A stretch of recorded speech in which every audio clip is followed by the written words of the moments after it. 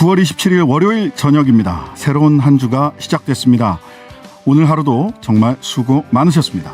날마다 새로운 퇴근길 시사 맛집 신장식의 신장개혁, 오늘도 문을 활짝 열었습니다. 저는 주인장 신장식입니다. 네, 지난 주말 더불어민주당 호남 경선 결과가 나왔습니다. 호남 승리는 민주당 다음을 입증하는 훈장과 다름없다. 이재명 대선 캠프의 선거대책위원장 맡고 있는 우원식 의원 연결해서 자세한 이야기 들어보겠습니다. 문재인 대통령이 유엔 총회 연설에서 종전선언을 제안한 것에 대해 김여정 노동당 부부장이 지난 24일과 25일 연이어 담화문을 발표했습니다. 어떤 내용인지, 그 의미는 무엇인지 전 국립외교원장 김준영 한동대 교수 연결해서 들어보겠습니다. 대장동 게이트, 화천대유 논란, 여러 이름으로 계속해서 이슈가 터지고 있는데요. 여야 현역 중진 의원들과 함께 한 주간 이모저모를 토론해 보겠습니다. 중진의 격, 더불어민주당 김성환 의원, 국민의힘 조혜진 의원 기다리고 계십니다. 신장식의 신장개혁, 오늘부터는 6시 6분부터 지난주보다 5분 먼저 시작했습니다. 5분도 놓치지 마세요. 신장식의 신장개혁은 단골 손님 여러분과 함께 꾸려갑니다. 유튜브와 홈페이지 게시판 모두 열려 있고요. 짧은 문자는 50원, 긴 문자는 100원, 샵 0951번으로 보내주세요. 유튜브에 신장식의 신장개혁 검색하시면 라이브 방송 바로 확인하실 수 있습니다. 오늘도 하루 소식들 푸짐하게 준비했습니다. 신장식의 신장개혁 밥상 들어갑니다. 퇴근길 오늘의 뉴스 깔끔하게 정리해드립니다. 신장개혁 뉴스브리핑 헬마우스 임경빈 작가, 시사저널 구민주 기자 오셨습니다. 안녕하세요. 네, 안녕하세요. 네, 구민주 기자는 오랜만에. 네, 명절 지나고 처음. 명절 지나고 처음이죠. 잘 지내셨죠? 네. 헬마우스님은 우리 지난주 목요일 금요일 봤는데 네. 반갑습니다. 네. 자, 오늘도 이야기가 많아서 바로 들어가 보겠습니다. 화천대유 직원으로 5년 9개월? 5년 9개월. 네. 예. 곽상도 국민의힘 의원 아들, 이름 본인이 밝혔기 때문에 곽병채 씨죠. 퇴직금 플러스 산재 위로금 플러스 성과급 이렇게 이제 계속 명목이 늘어나고는 있어요. 예. 내일 더 붙을 수도 있을 것 같아요. 네네. 그래서 50억 원을 받은 사실이 알려졌습니다. 이른바 화천대유 의혹이 새로운 국면으로 들어갔는데, 화천대유는 누구 겁니까? 한번 이제 질문을 다시 할 수밖에 없어요. 네. 예. 관련된 소식 좀 전해주시죠, 구 기자님. 네, 그 곽상도 의원 아들 곽 씨가 이제 6년 가까이 화천대유에서 일했다는 사실 처음 보도된 건 열흘 전인 지난 9월 17일인데요.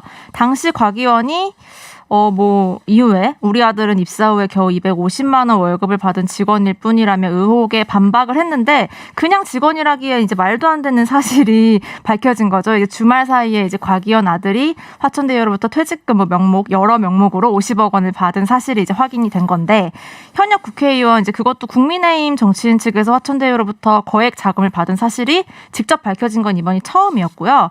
곽 의원은 이제 곧장 탈당계를 제출을 했고, 또 아들의 거액 퇴직금 수령 사실에 대해 일단 처음에 몰랐다고 해명을 하고 있었습니다. 문재인 대통령 아들 이제 문준용 씨의 예술지원금 수령 등 이제 문 대통령 자녀들을 그동안 지속적으로 공격을 해온 곽 의원인 만큼 이제 정치적 책임을 확실히 져야 된다는 목소리가 더 큰 상황이고요.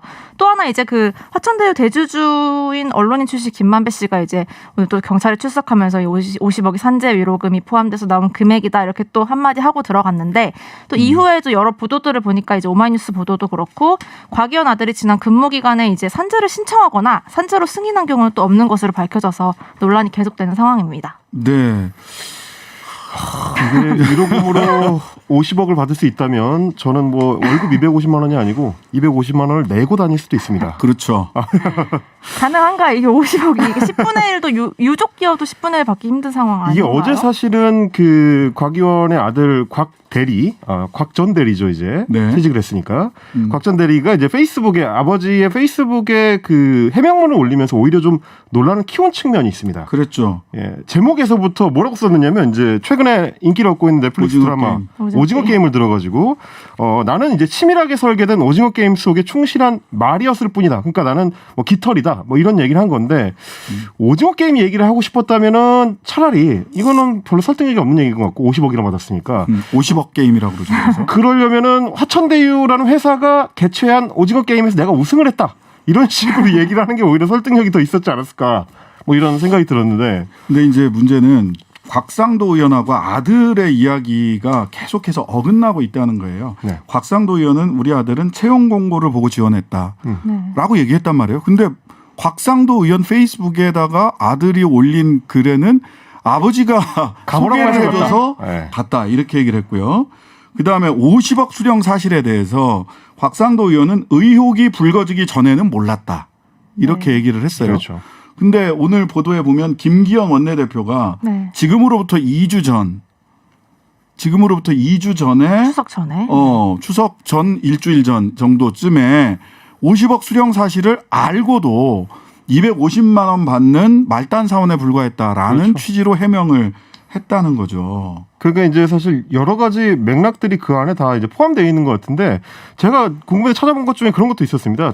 지난해에 곽상도 의원이 그 재산 공개를 한 내역을 그렇죠. 보니까 부부 합산으로 총 자산 내역이 이제 38억이더라고요. 네. 아들의 퇴직금이 50억이 나왔으니까 아버지를 훌쩍 뛰어넘게 된 건데 그때도 자식 그 곽 씨에 대해서는 재산 공개 고지를 거부한 적이 있습니다. 고지 거부했어요. 네, 그런 맥락도 좀 같이 보실 필요가 있을 것 같아요. 저는 궁금한 게 이거예요.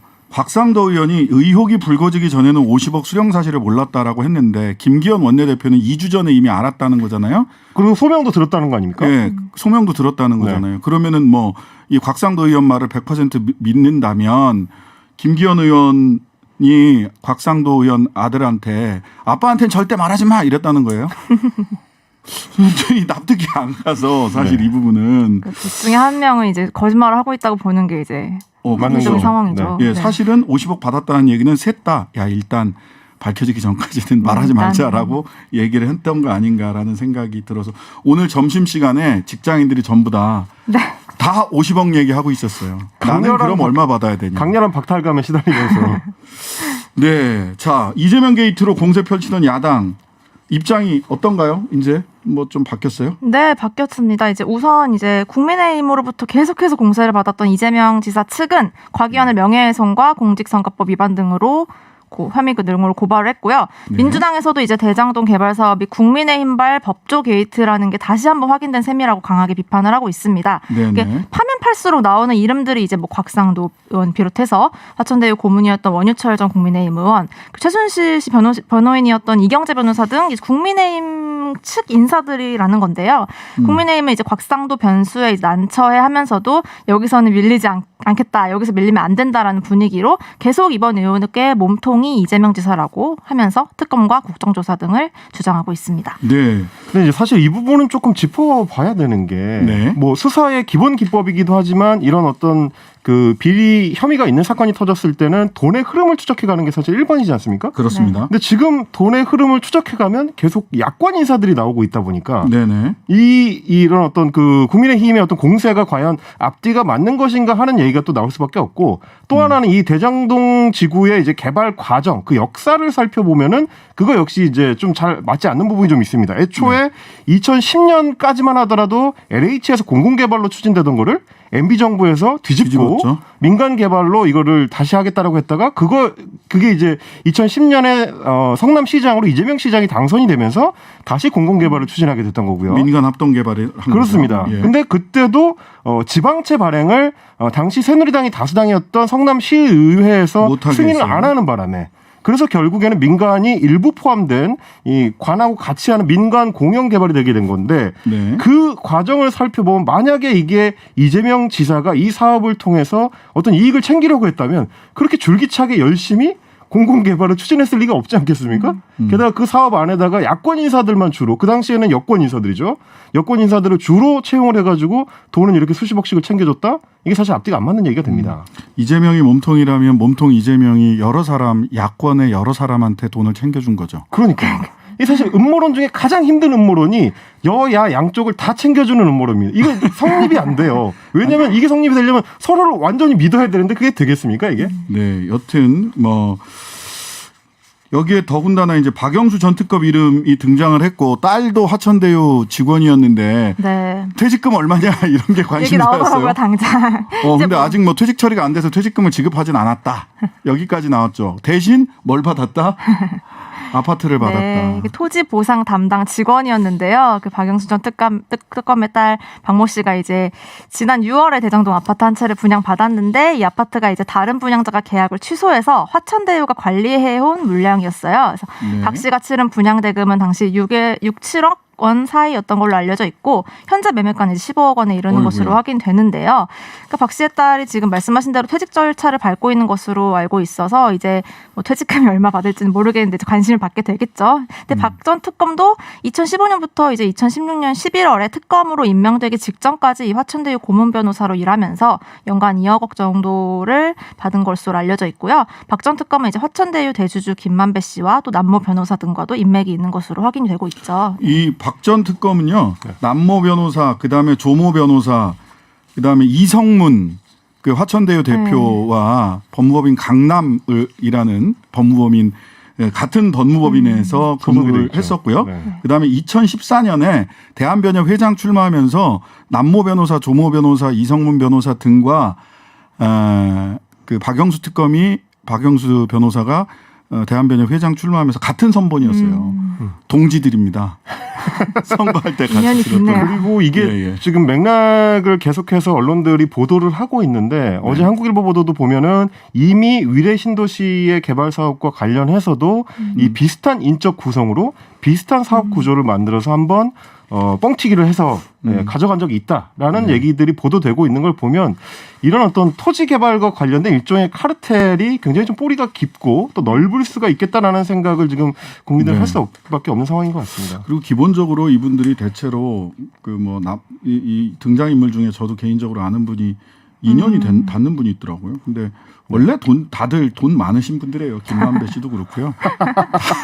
기본적으로 돈이 많으신 분들. 그래서 인연은 있는데 신 변호사님한테 권유를 안 했군요. 뭐 저야 뭐. 네. 자, 이와 관련해서는요. 이재명 캠프 선대위원장인 더불어민주당 우원식 의원 연결해서 이재명 캠프의 입장, 그다음에 호남 경선 상황까지 자세히 들어보도록 하겠습니다. 자, 26일 날은 사실 국민의힘 토론회도 있었어요. 네. 이 국민의힘 토론회에서는 뭐 이런저런 얘기들이 있었는데 지난번에는 윤석열 후보가 청약저축 논란이 있었는데 그렇습니다. 집이 없어서 청약저축을 없어서, 해본 적이 네. 없다.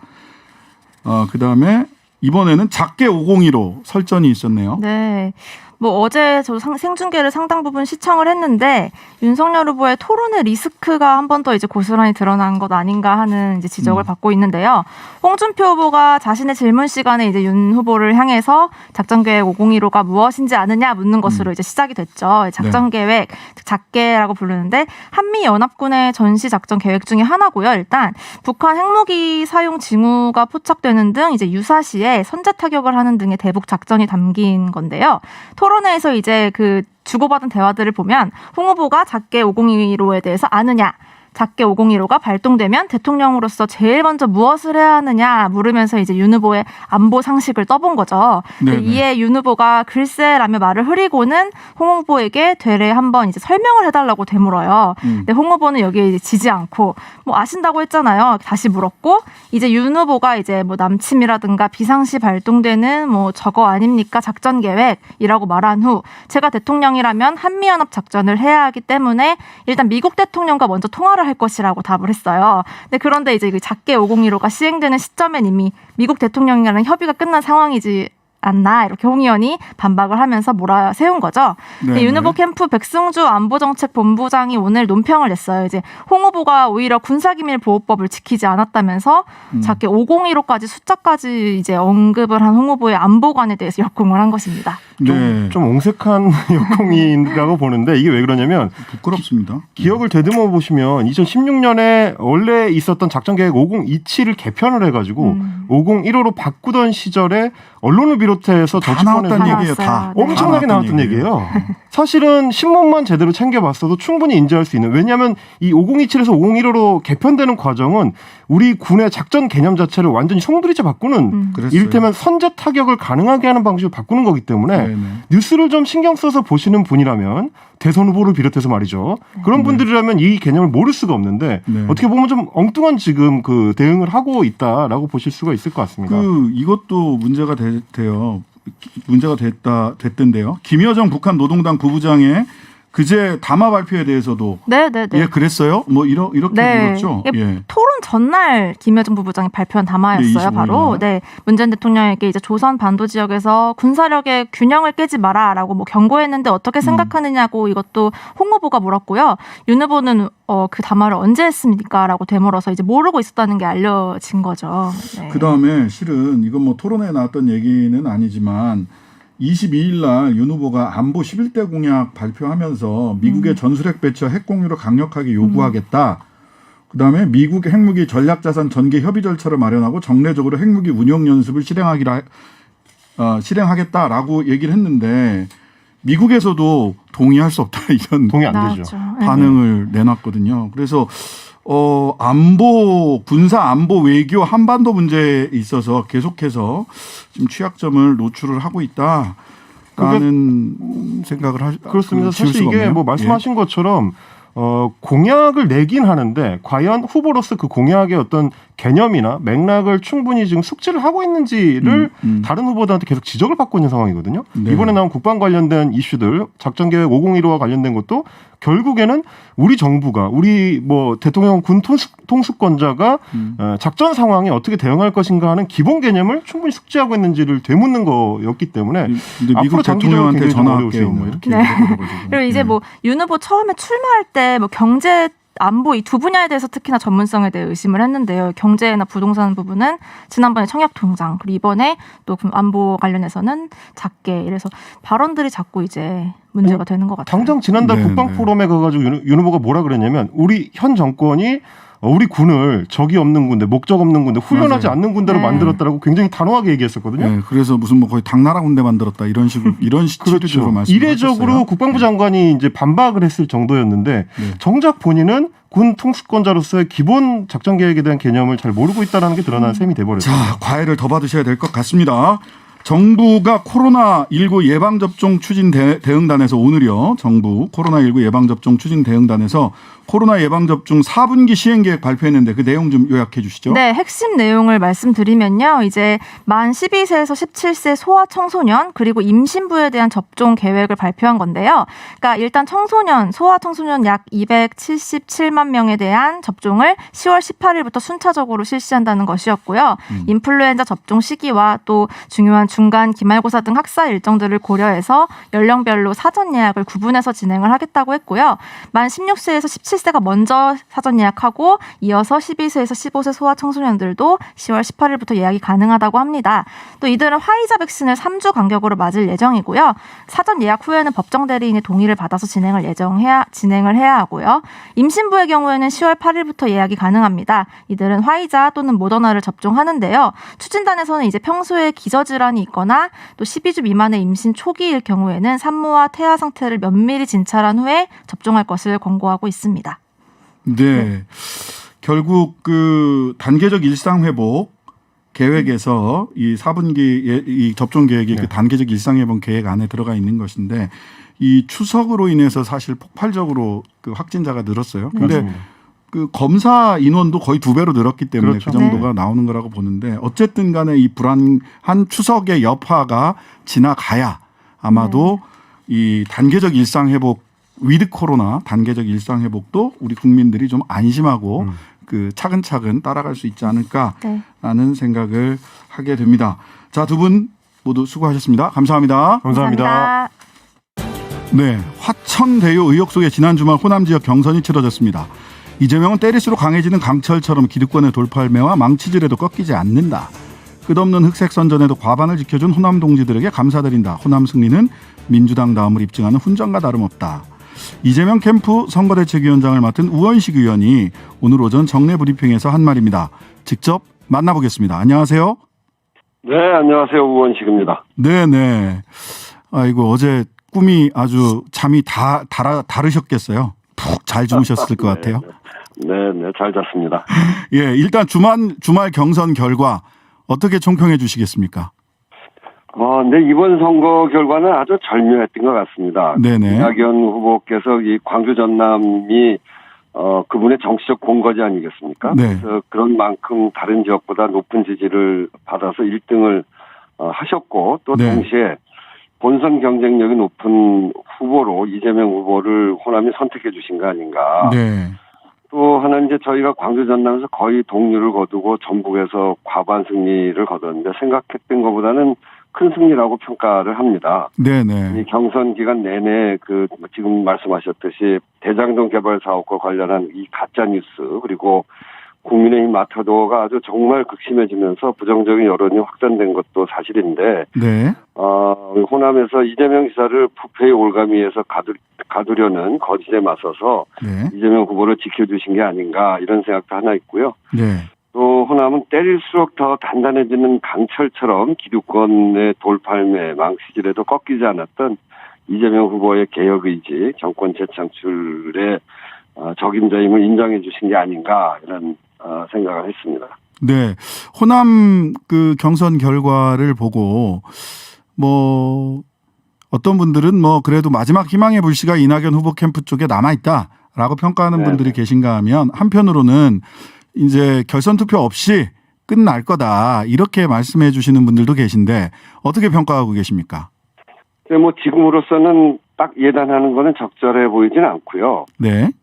단지 이제 호남 경선 과반 득표를 해서 이재명 후보의 과반 승리 가능성이 한층 높아진 거는 사실이죠. 네. 하지만 이제 끝까지 가봐야 된다 이렇게 생각을 하면서 최선을 다할 겁니다. 네. 어쨌든 이재명 캠프는 네거티브 중간 선언 이후에 정치적 공세가 이어지고 있어서 경선 과정의 상처를 최소화하고 캠프 간의 빠른 화학적 결합을 위해서 네. 결선 없이 조기 후보 확정이 필요하다 이렇게 생각을 하면서 네. 힘을 합쳐서 원팀을 만들고 또 민주 세력의 결집을 위해서라도 결선 없이 본선 직행을 해야지만 우리 당 대선 후보의 본선 경쟁력을 훼손 없이 키워갈 수 있다고 생각하고 과반 승리를 희망하고 있고요. 그렇게 되기 네. 위해서 최선을 다하고 있습니다. 예. 김두관 후보가 전북 경선 끝나고 나서 후보직 사퇴하면서 이재명 후보 지지 선언을 한 거죠. 네네. 예, 이번 주말에 부산, 울산, 경남 경선이 예정돼 있는 가운데서 아무래도 그 경남 도지사까지 역임하셨던 김두관 의원이 지지 선언을 하고 사퇴를 했기 때문에 이재명 후보에게 또 유리한 국면이 또 더 펼쳐진 거 아니냐 이렇게들 많은 분들이 이야기하시는데 우리 김두관 후보님의 사퇴가 어떤 영향을 끼칠지 좀 전망해 주시죠.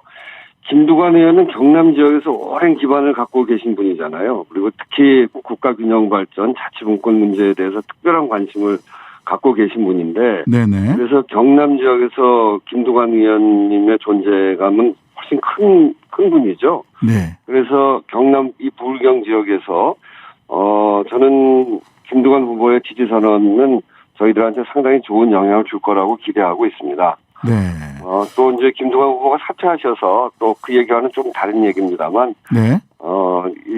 그렇게 사퇴하시면서 저의 완주보다 정권 재창출이 100배, 1000배 더 중요하다. 이렇게 말씀하시면서 선당우사 모습을 보여주셨는데, 오랜 기간 대선 준비를 하셨어요. 그리고 많은 준비가 되어 있는 분인데, 네네. 이게 끝까지 완주를 하지 않고 저렇게 선당우사하는 모습을 보여주셔서 좀 안타깝기도 하고 고맙다는 생각도 듭니다. 네네. 사실 대장동 의혹에 유탄을 맞은 사람은 이재명이 아니라 추미애다 이런 얘기도 있어요. 네네. 더 이재명 후보 쪽으로 그런 위기감이 더 강한 결속력을 발휘해서 추미애 후보로 갈 마음이 있었던 표들이 오히려 이재명 후보에게 더 이렇게 뭉친 거 아니냐, 결속력을 더 보여준 게 아니냐 이런 평가를 하기도 하는데 그런 요인도 있었다고 보시나요? 네, 그런 요인이 있었죠. 우리 추미애 후보, 그러니까 이재명 후보가 이제 충청도에서 과반 득표 이상이 나오니까 네네. 선거를 하면서 되게 이제 추미애 후보와 이재명 후보를 지지하는 표는 다 되게 개혁, 원칙 이런 거를 강조하는 분들이거든요. 네네. 그런데 이제 그때 충청도에서 표가 많이 나오니까 추미애 후보를 찍어도 되겠구나. 그러면 개혁이 더 강화되겠구나. 네네. 이렇게 해서 했는데 이 대장동을 거치면서 네. 이게 대장동은 아니고 이제는 화천대유 사건입니다. 예. 화천대유 비리 사건인데 그걸 거치면서 예. 워낙 공격을 많이 해대니 네. 이재명 후보를 저렇게 공격받게 하면 안 되겠다. 그냥 방치하면 안 되겠다. 이렇게 생각하는 개혁을 해야 되겠다고 하는 지지자들이 추미애 후보의 지지에서 그러니까 그 지지가 같은 지지입니다만 추미애 네. 후보를 찍어야 되겠다는 것에서 위기감에 처한 이재명 후보에게 표를 모아주신 거죠. 그래서 그런 점에서 보면 추미애 후보가 이 화천대유 사건에 있어서 가장 큰 피해자라 이렇게 보시죠. 그러니까요. 그렇게 보통 그 이낙연 캠프에서 지난주에 이렇게 연결해서 말씀 들어봤을 때 이낙연 40% 중후반, 이재명 40% 초반 이렇게 얘기를 하셨었는데 두 후보가 전부 다 40% 중후반으로 광주 전남에서 이렇게 네. 나왔다. 이렇게 이제 보여가지고 그러면 추미애 후보가 좀 영향을 받았겠구나라는 생각을 하게 되더라고요. 자, 화천대유 사건이라고 말씀을 주셨는데 화천대유 사건 얘기를 조금 더 해보겠습니다. 어제 곽상도 의원이 국민의힘 탈당했습니다. 그 아들이 퇴직금 등의 명목으로 50억 원 받은 사실이 알려지면서 탈당을 했는데 이거 탈당하면 되는 문제인가요? 어떻게 처리해야 됩니까? 국민의힘 어떻게 처리해야 된다. 이런 의견 좀 주시죠. 이제 국민들이 특히 2030 우리의 그 젊은 청년들이 정말 기가 막히고 분노하셨을 겁니다. 이제 국민들은 50억은 누구 겁니다. 누구 겁니까? 이렇게 묻고 계시잖아요. 네. 곽상도 의원 자녀가 신입사원으로 입사해서 25살인가 이렇게 해서 31살인가 한 6년 정도 일하고 네, 한 5년 10개월 정도라고 그러더라고요. 예. 예. 받았다는 사실이 어떻게 정상적이라고 이해할 수 있겠습니까? 네. 우리나라에서 퇴직금 50억 받는 경우는 수십억의 연봉을 받는 잘 나가는 대기업 CEO의 경우에도 흔치 않습니다. 제가 이렇게 좀 살펴보니까 현대자동차 부회장 2분, 그리고 현대제철의 부회장, 이 CEO 1분, 그래서 50억 이상은 그 3분밖에 없어요. 그리고 그 정말 잘 나가는 대기업 CEO들이 50억 이하예요. 네, 맞습니다. 이걸 어떻게 이해할 수 있겠습니까? 네. 그러니까 거기다 또 받은 사유도 자꾸 말이 바뀌어서 퇴직금이라고 했다가 성과급이라고 했다가 오늘 아침에 보니까 산재보상이라고 또 그러더라고요. 네. 그러니까 이게 도대체 어느 것도 다 말이 안 되니까 이렇게 말을 자꾸 바꿔가면서 해명을 하고 있는데 그 곽상도 의원이 어제 최고위원회를 여니까 탈당했잖아요. 네, 그랬죠. 이건 꼬리 자르기 이렇게 하면 안 됩니다. 네네. 곽상도 의원이 당시 박근혜 정부 민정수석 또 법률구조공단 이사장이었단 말이에요. 네. 그래서 이 화천대유에 어떤 기여를 했는지 이런 어떤 영향력을 행사했는지 이런 그런 것에 따른 대가가 있을 수 있는 거 아닌가. 그래서 그런 점에서 보면 삼자뇌물 의혹 같은 것도 있을 수 있는데 네. 그래서 이건 반드시 수사해야 된다. 네네. 또 곽상도 의원뿐만이 아니라 지금 오늘 보니까 박영수 특검 딸도 네네. 지금 근무하다가 퇴직했는데 거기에서도 그 아파트인가 이렇게 그 받은 것 같은 그런 기사가 또 나오더라고요. 그래서 네네. 나왔습니다. 화천대유 전 임직원 그 가족들에 대한 전수조사를 해서 이번에 진짜 토건비리 이 뿌리 이걸 좀 제대로 밝히는 그런 과정을 꼭 거쳐야 된다고 생각합니다. 그런데 이제 두 가지를 더 여쭤봐야 될 것 같은데 곽상도 의원은 이재명 지사 무고죄 소지가 있다. 그러니까 곽상도 의원에 대해서 이재명 후보 측에서 낙선 목적 허위 사실 유포 혐의로 이제 고발을 했더니 그게 무고다. 무고의 소지가 있어서 법률상에 대응을 할 생각이다. 이렇게 이야기를 하나 하셨어요. 이 곽상도 의원 측의 반응에 대해서는 어떻게 생각하십니까? 아니 그러니까 국민들한테 그런 얘기를 하면 그게 어떻게 느껴지겠습니까? 이 50억은 왜 곽상도 의원의 아들이 받은 겁니까? 그거부터 먼저 해명을 해야죠. 네. 도저히 그 납득이 안 가잖아요. 네. 그런 점에 대해서 문제 제기한 것에 대해서 무고라고 한다는 게 그건 말도 안 되는 소리죠. 네. 그리고 김기현 원내대표가요. 국민의힘 원내대표가 사실 곽상도 의원 아들이 50억을 받았다라고 하는 점을 지금으로부터 약 2주 전에 이미 알고 있었다. 네. 라는 점도 본인이 이제 인정을 했어요. 네네네. 그럼에도 그러니까 불구하고 그러면은 특검으로 다 밝혀보자. 국정조사와 특검 하자. 이렇게 얘기를 하고 있는데 어쨌든 이재명 후보 캠프나 민주당에서는 경찰이나 검찰의 수사를 빠르게 진행하자. 특검이나 국정조사는 정쟁이다. 이렇게 지금 여전히 보고 계시는 건가요? 저는 그게 정치 공작이라고 생각해요. 정치 공작. 예. 공세 그러니까 정도가 아니라.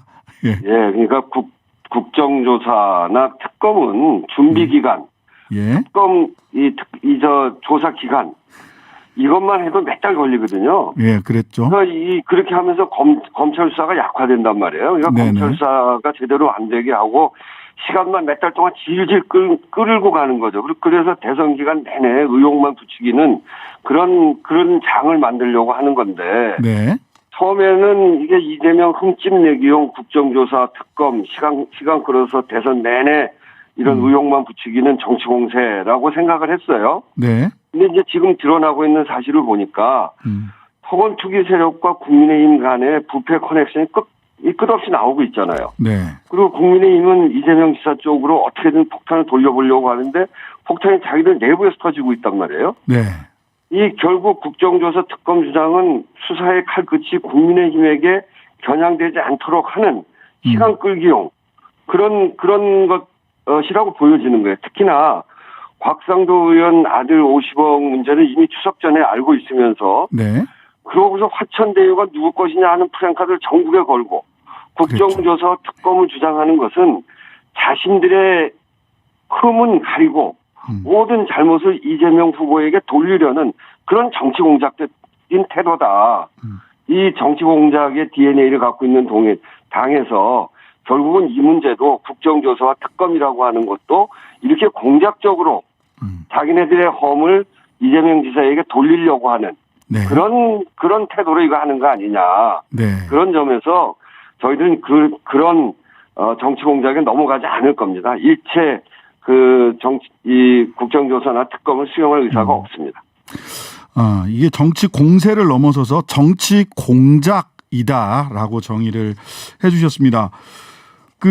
여기다가 이제 하나만 더 네네. 말씀드리면 네. 대장동 개발 사업의 본질은 네. 공공 개발 사업을 좌초시켜서 민간이 통째로 독차지하려던 것을 이재명 네. 당시 성남시장이 최대한의 권한을 활용해서 네. 공영 개발로 전환시켰잖아요. 그리고 네. 네. 개발 이득을 5,503억 최대한 할 수 있을 만큼 환수를 한 겁니다. 네. 그런데 그래서 여기 처음에는 이거를 특혜 의혹이라고 했는데 5,503억을 환수하면서 처음에 4,600억을 했다가 이게 좀 더 이윤이 많이 남을 것 같으니까 920억을 나중에 더 하면서 재판에 갔을 때 그 사업주가 이재명 후보에게 공산당이라고까지 비난했던 거 아닙니까? 네. 네. 네. 특혜가 있으면 그렇게까지 하겠어요. 그래서 특혜가 있었다는 주장은 사실이 아니라고 저희는 확신합니다. 네. 그런 반면에 네. 대장동 사건의 또 다른 본질. 그것은 뭐냐면 바로 이재명 지사가 확보한 개발 이익의 나머지를 네. 둘러싼 사건입니다. 네. 그래서 사건 이름이 화천대유 국민의힘 비리 의혹이다. 이런 과정에서 곽상도 의원 아들 50억도 나오는 것이고 네. 또 나머지 여러 가지 이 문제들이 발생되는 거 아니겠습니까? 네. 예를 비교 가능한 예로 대표적인 것이 국민의힘 출신 부산시장 시절의 LCT 사건입니다. 네. 네. LCT의 경우 그 부산도시공사가 토지 수용 후에 이를 민간에게 헐값으로 넘기고 막대한 이익이 시민의 이익이 민간에게 넘겨준 예, LCT 쪽으로 다 민간으로 넘어갔죠. 넘어간 네. 그런 정반대의 예가 있거든요. 네. 근데 이런 점에서 네. 이거를 첫 번째 국민의힘에서 주장하는 특혜 의혹은 사실이 아니고 네. 실제로 이 사건의 본질인 화천대유와 국민의힘 비리 의혹 이것이 제대로 밝혀져야 될 그런 이 사건의 본질이다 이렇게 말씀드립니다. 네. 지금까지 우원식 이재명 캠프 선거대책위원장이었습니다. 오늘 말씀 감사합니다. 네, 감사합니다. 네. 네. 문재인 대통령이 유엔 총회 연설에서 종전선언을 언급한 데 이어서 김여정 노동당 부부장이 남북 정상회담 가능성까지 이야기해서 관심을 모으고 있습니다. 국립외교원장을 지내신 한동대 국제어문학부 김준영 교수 연결하겠습니다. 안녕하세요. 네, 안녕하십니까. 네. 네네. 네. 자, 그 리태성 외무성 부상이 한번 그때까지만 해도 약간 부정적인 거 아니냐 이랬는데 김여정 부부장은 사실 제 말이 이런 뜻입니다. 사실 제 말이 이런 뜻입니다 하고 뭐 2번에 걸쳐서 네, 반응을 내놨어요. 네. 이런 반응 자체가 굉장히 이례적인 것 같은데 이 배경 어떻게 봐야 될까요? 예, 일단 이례적이 맞죠. 그리고 예. 이태성 이후에 7시간, 그다음 첫 번째 뒤에 30시간 후에 또 발표를 했습니다. 그래서 저는 뭐 일각에서는 되게 당황한 거 아니냐, 네네. 준비가 안 된 거 아니냐 이렇게 볼 수 있지만 제가 네. 보기에는 이거는 충분히 문 대통령이 그 종전선언을 할 거로 누가 봐도 예상을 할 수 있는 부분이었거든요. 북한이 몰랐을 리가 없다고 생각합니다. 네. 그리고 북한이 기본적으로 종전선언은 싱가포르 회담에서 이면 합의로 트럼프 대통령이 약속하고 뒤에 가서 지키지 않았던 게 북한의 입장입니다. 네, 그러니까 그랬죠. 예. 보통 싱가포르에서 2가지를 약속해줬는데 하나는 군사훈련이고 하나는 종전선언이었습니다. 그랬죠. 예. 그 당시만 해도 북한한테는 의미가 있었고, 근데 하노이가 깨지고 난 다음에 지난번에 한미 정상회담에서 판문점과 싱가포르 회담을 추인을 했지 않습니까? 네, 거기서부터 그러면 시작하자. 그 추인에 예. 거기서 시작하지 않습니까? 그러면 지난번에 뭐라고 얘기했습니까? 음. 한미 군사훈련 하지 말라는 조건부를 걸었죠. 7월 달에. 그랬습니다. 그래서 그게 만약 지켜지면 다시 말해서 훈련을 안 하면 획기적인 게 있을 수 있다고 테스트를 했고요. 예, 그랬죠. 제가 보기 그때 너무 시기가 늦어서 우리가 자기 말 듣고 안 할 거라고 기대하지 않았다고 생각하지만 그때 한번 테스트를 한 거고요. 네. 이번에는 종전선언을 테스트를 한 겁니다. 그런데 이 종전선언에 대해서 북한은 기본적으로 조건부 수락입니다. 네. 한국과 중국은 수락이고 긍정적이고요. 미국은 아직까지 의견을 밝히지 않지만 부정적입니다. 네. 그러니까 어떻게 보면 북한이 조건부 수락을 했지만 수락을 하는 쪽이 남북 중입니다. 네. 그러니까 미국은 안 하는 거니까. 이 카드를 다시 던졌는데 조건부라는 쪽이 너무 톤이 실질적으로 부정적으로 비치는 것에 대해서 이 부분을 다시 해야 되겠다고 생각한 것 같습니다. 예, 댓글을 달았어요. 그러니까 예, 맞습니다. 댓글을 단 겁니다. 조건을 달고 뭔가 확실한 종전을 아니면 안 한다는 뜻도 분명히 담겨 있지만 좀 지나치게 부정적으로 해서 북한이 안 한다는 소리로 들릴 수 있다는 북한을 한 것 같고 북한이 진위가 잘 안전해졌다고 생각한 것 같습니다. 네, 네, 네. 그 9월 25일 그러니까 두 번째 김여정 담화문에 재밌는 부분이 몇 가지가 있어서 한번 여쭤보겠습니다. 여기 네네. 제일 첫 문단 보면 평화적 안정을 이룩하려는 남조선 각계의 분위기는 막을 수 없을 정도로 강렬하다는 느낌을 받았다. 우리 역시 그 같은 바람은 다르지 않다. 네. 남쪽에서 원하니까 우리가 해준다 이렇게 시작을 해요. 이게 실은 이게 뭐 전형적인 북한식 어법 같기도 하고. 맞습니다. 네네. 예, 그 부분이 좀 네. 재밌게 봤고요. 네네. 그 다음에 하나는 그리고요? 조선 반도 지역에서 군사력의 균형을 파괴하려 들지 말아야 한다. 네. 이게 말하자면 우리나라에서 SLBM 그 시험 발사도 성공을 했고, 그 다음에 실은 문재인 정부 기간 내내 국방비가 증액이 되면서 그 전시작전권을 이전받기 위해서 이런저런 노력을 하면서 국방비가 증액이 됐는데 이 부분에 대해서 한국의 국방력이 남측의 국방력이 이렇게 높아지는 것에 대해서 실질적인 압박으로 이걸 느끼고 있는 것인가 북쪽이 예. 이 부분이 좀 궁금하더라고요. 첫 번째 질문은요. 일단 해준다라고 얘기하는 거 말씀하신 전형적이기도 하지만 네, 북한의 지금까지의 기조는 뭐냐 하면 확실한 양보나 이거 하기 전에 자기들의 자각 노력을 하겠다고 했습니다. 네네, 그러니까 문을 아주 조금 열어놨지만 네, 기본적으로 자력 경생 자강으로 가겠다, 견디겠다가 사실상 계속 기조였거든요. 그렇게 네. 봤을 때 네, 북한이 오히려 이 부분에서 종전선언에 긍정적이고 남북 정상회담에 이걸 내놓을 때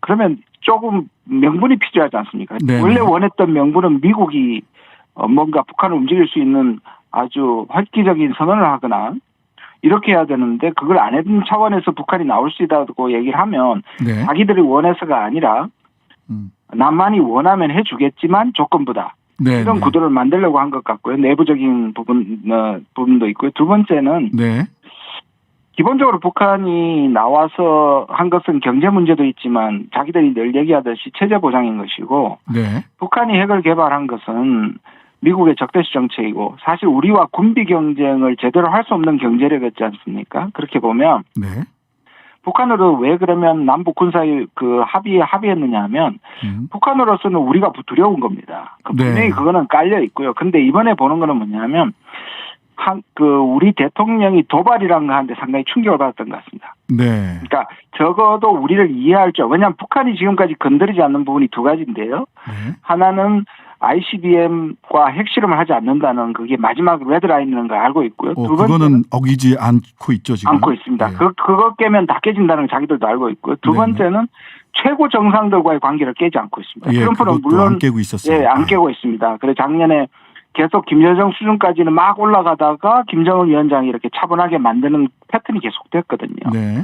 그렇게 봤는데 그 부분에 대해서 지난번에 통신선 복구도 친서를 통해서 그랬고 그런데 좀 충격을 받은 겁니다. 그러니까 우리 대통령이 열도발이라고 얘기한다. 그럼 이 부분은 확실하게 해야 되겠다. 네. 우리도 자위고 남한도 자위라면 네. 그러면 이거는 균형을 맞춰야 된다. 네. 그래서 지금 이번에 김여정의 조건은 뭐냐면 하나는 적대시 정책 철회이고 하나는 서로 동등한 입장에서의 자위적 행위에 대해서 간섭하지 말자. 이게 지금 서로 문제 삼지 말자 이렇게 얘기를 한 거예요. 예, 맞습니다. 그 부분을 강조한 것 같습니다. 네.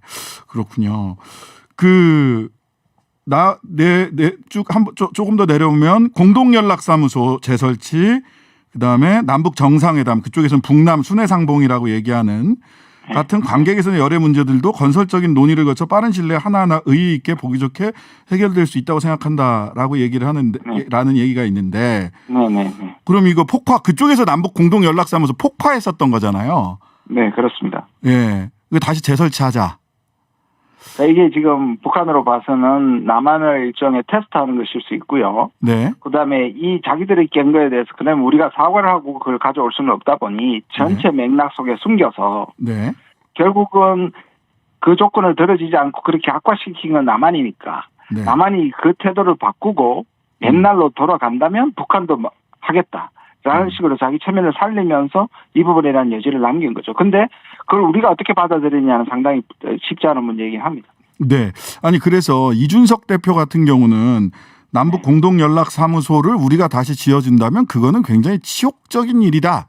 이렇게 얘기를 했고 뭐 그런 반응에 대해서 대통령께서는 종전선언에 대해서 너무 모른다. 야당 정치인들이. 이런 말씀을 하셨는데 종전선언에 대해서 너무 모른다. 뭘 그렇게 모른다고 대통령께서 말씀하신 건가요?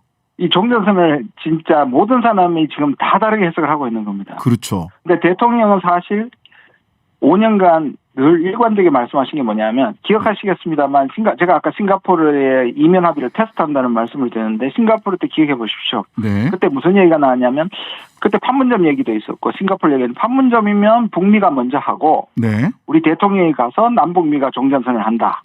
또는 싱가포르 때 그 합의를 할 때 그 다음날 혹시 우리 대통령이 가서 종전선언하지 않느냐는 얘기가 나왔던 걸 기억하실 겁니다. 네. 그때 그렇습니다.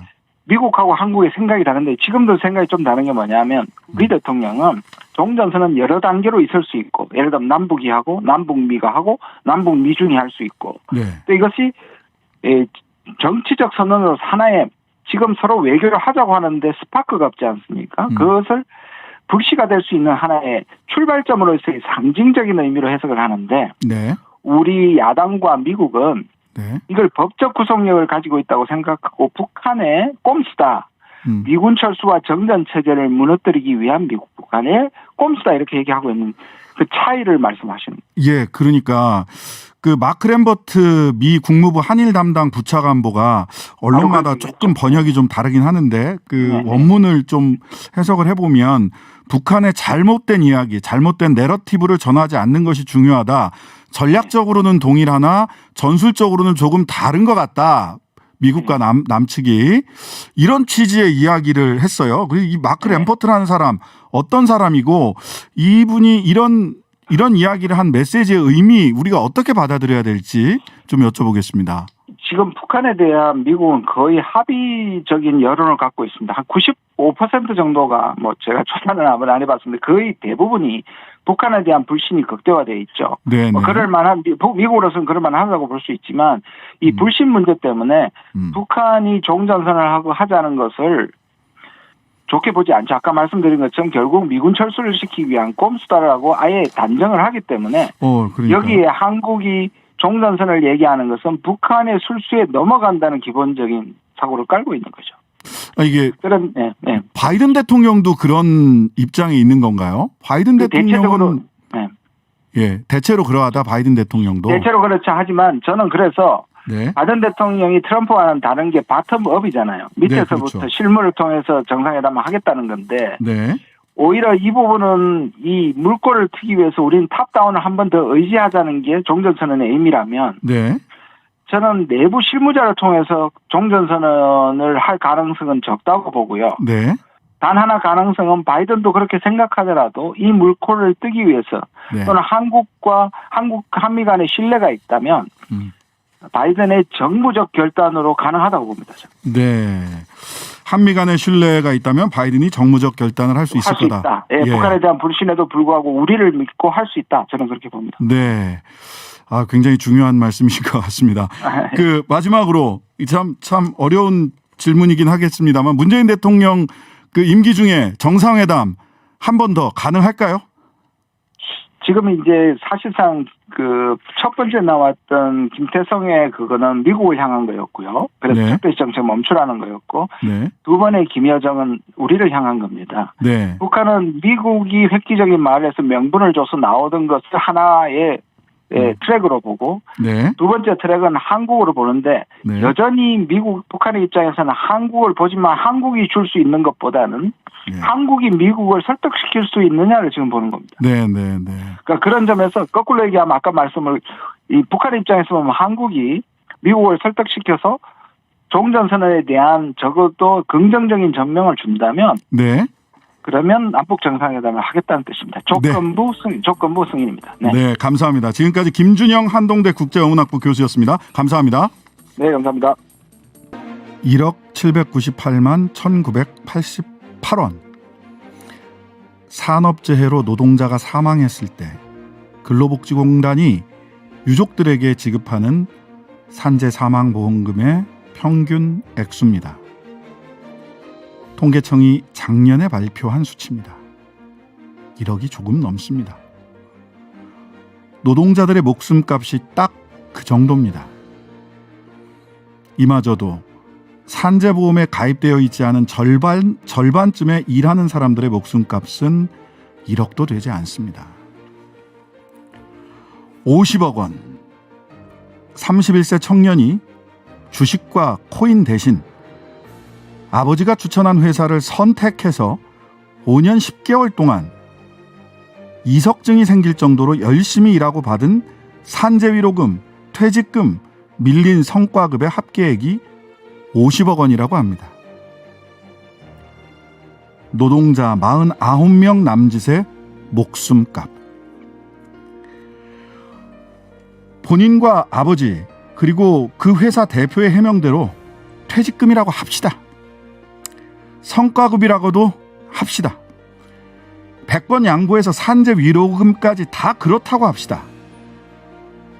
그래도 이건 너무 많지 않나요? 다른 목적이 있었다고 할 수밖에 없을 만큼, 그리고 그의 아버지가 누구인지를 빼놓고는 설명할 수 없을 만큼 50억 원은 큰 돈 아닌가요? 사실 화가 나는 것은 변명이 너무 쉽고 성의 없다는 겁니다. 저걸 믿으라고 하는 변명일까? 당신들이 믿든지 말든지 나는 상관하지 않는다라는 태도로 밖에는 보이지 않습니다. 세상 참 쉽다. 누군가에게는 돈을 버는 것도 변명도 참 쉽다. 신장식의 오늘이었습니다. 네, 중진의 격 시간입니다. 이 중진들의 의견을 통해서 한국의 정치판 여의도가 어떻게 돌아가는지 한번 살펴봐야 되겠는데요. 오늘 원래 그 언론중재법 관련해서 여야가 본회의를 개최하기 위해서 마지막까지 줄다리기를 했었는데요. 일단 본회의는 내일로 연기되었습니다. 양당 원내대표는 내일 오전 11시에 만나서 언론중재법 추가 협의를 하기로 했다라는 소식이 들어와 있는데요. 그래서 사실 현장에 오셨어야 되는데 조금 아까까지 원내 수석 부대표시라서 여의도에 계시느라고 오늘은 전화로 만나보겠습니다. 더불어민주당 원내 수석 부대표 김성환 의원님 안녕하세요. 네, 김성환입니다. 네, 결국 오늘 본회의 내일로 연기됐네요. 그렇습니다. 오늘 어떻게든 해보려고 했는데, 네네. 상당히 뭐 입장이 좁혀진 것도 있고, 아, 그래요? 그렇긴 했습니다만 최종적으로 협의가 마무리가 안 돼서 내일 추가 협상이 불가피해서 조금 전에 협의가 오늘 협의는 마무리가 됐습니다. 아니 원래 그 김기현 원내대표랑 윤호중 원내대표랑 이게 네. 지난 약 한 달 전에 협의를 할 때 보면 26일까지 그 협의체 활동을 종료하고 27일 날 처리한다 이렇게 합의문에 그렇게 써 있더라고요.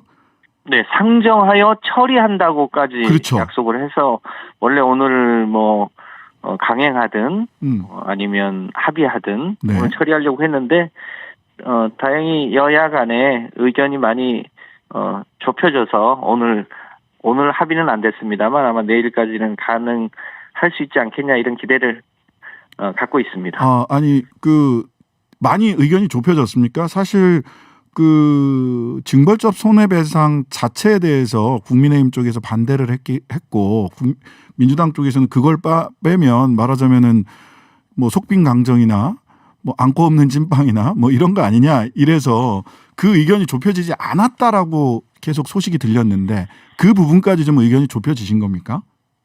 이제 몇 가지 대목들이 있는 거죠. 이제 정정보도 청구와 관련해서 이제 그 일부 수정 혹은 전부 수정에 대한 이제 의견이 있었고요. 네. 그리고 이제 열람 차단 청구권과 관련한 부분이 있었고, 네. 징벌적 손해배상제에 관련한 게 있었는데 네. 아직 이 협상이 마무리되지 않아서 내용까지를 제가 다 말씀드리긴 어렵습니다만, 네.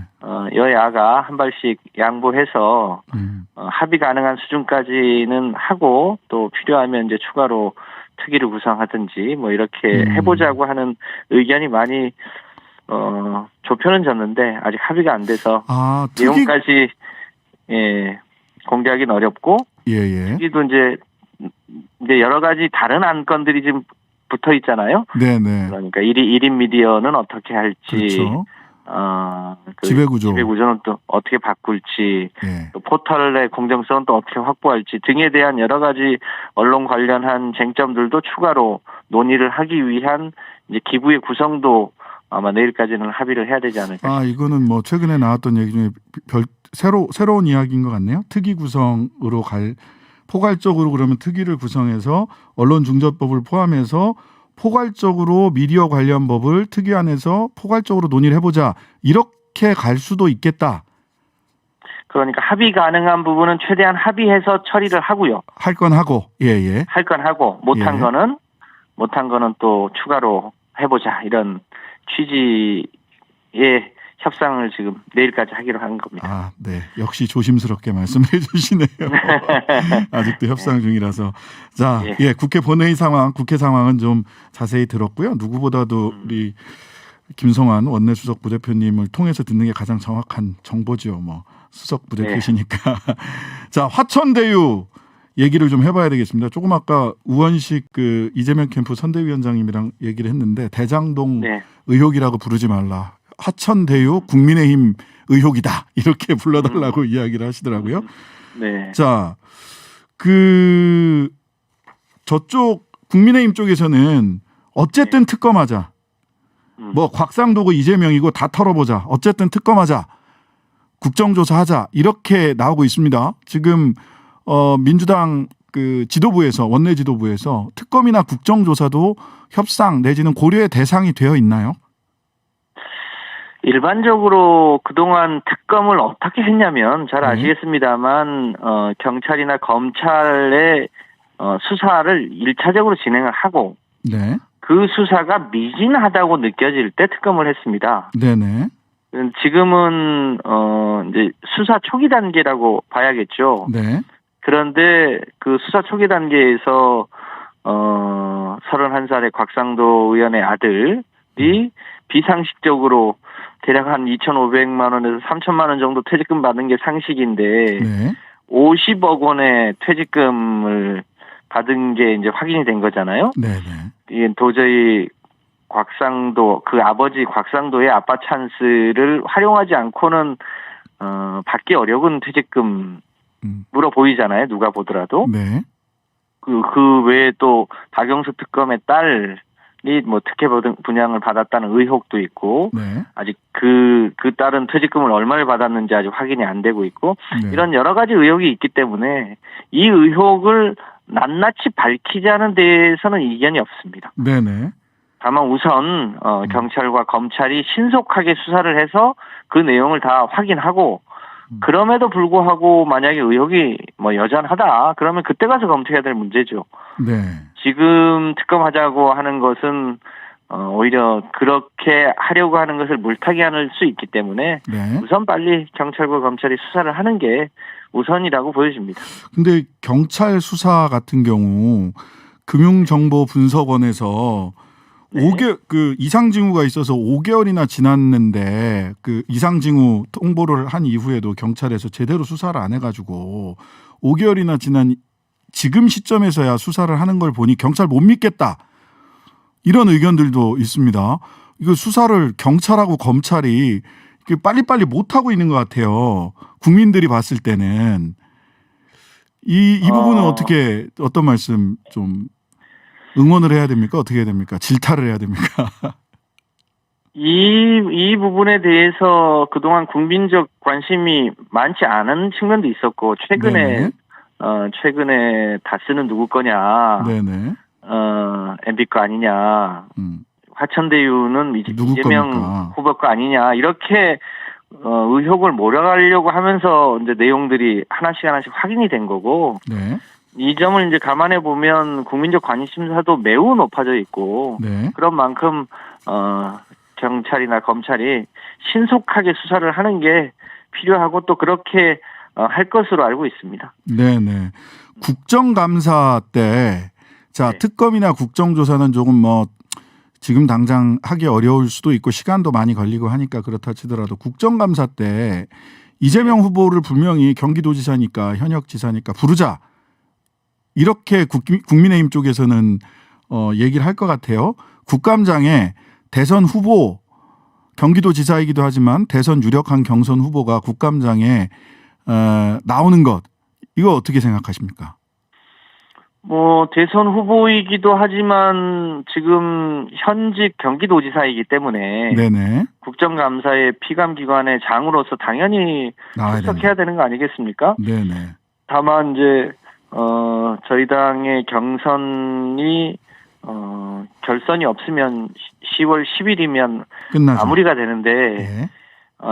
그 행안위 감사하고 국토부 감사가 10월 18일, 20일로 되어 있어서 네.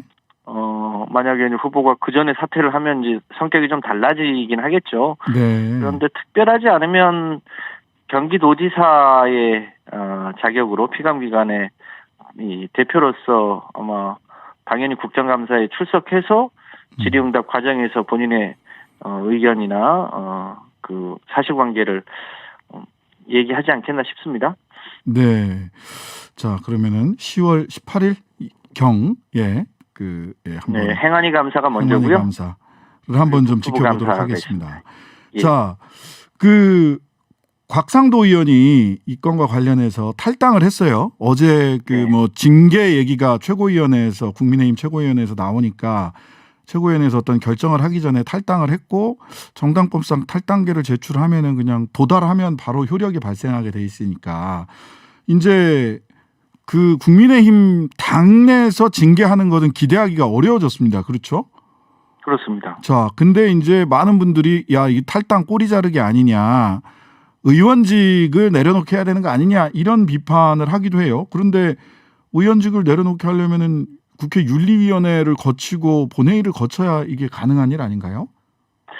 저는 이 문제는 본인이 어떤 선택을 하느냐와 관계없이 네네. 아들 대리로 6년 근무한 사람이 50억의 퇴직금을 받는 거는 전혀 상식적이지 않고 네. 어떤 형식으로든 아빠 찬스가 쓰였을 가능성이 높은데 네. 그 진실을 빨리 밝히는 게 우선이다. 네. 국회의원직을 내려놓지 않든 네. 꼬리를 자르든 자르지 않든 그 몸통이 어디에 있는지 그 아빠 찬스를 어떻게 활용했는지 그게 이 특정한 유력한 사람의 사면 복권에 쓰인 건지 아니면 또 다른 무엇이 있는 건지 여러 가지 의혹이 지금 제기되고 있잖아요. 네네. 그런 부분들에 대한 확인이 우선되어야 될 것이다 이렇게 보고 있습니다. 예, 수사 말고 스스로 사실관계를 밝히지는 않으실 것 같아요. 곽상도 의원이 오늘도. 그렇죠. 이제 빨리 수사를 해서 밝혀야겠죠. 예, 곽상도 의원은 오히려 그 이재명 후보 캠프에서 그 낙선 목적 허위사실 유포와 관련해서 고발을 했더니 무고죄다라고 역공을 하겠다 이런 태도시던데. 전형적인 물타기 아니겠습니까? 물타기다. 예. 자, 그러면 이제 이 민주당 호남 경선 관련해서도 또 말씀을 굉장히 조심스럽게 하시겠지만 어제 끝난 민주당 경선 상황, 호남 경선 상황 이거 어떻게 봐야 됩니까? 뭐 전통적으로 우리 당의 그 호남의 이제 선거인단, 네. 권리당원 등이 대단히 이제 전략적인 선택을 하는데 이낙연 후보의 이제 전남지사를 하셨기 때문에 홈그라운드 성격이 좀 있잖아요. 네네. 그 결과들을 종합해 보면 네. 절묘하게 전남 광주에서는 이낙연 후보 그리고 전북에서는 이재명 후보의 손을 들어준 거 아닙니까? 네.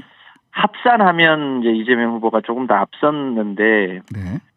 남은 지역을 고려해 보면 현재도 누적 득표가 53% 수준인데 네. 그 대체로 이제 언론의 평가는 이 상황이면 결선으로 안 갈 가능성이 높은 거 아니냐 네네. 이런 의견인데 당의 대체적인 분위기도 뭐 크게 다르지 않은 것 같습니다. 네. 이제 부산, 울산, 경남 그다음에 크게 보자면 그다음에 제2차 선거인단 슈퍼위크.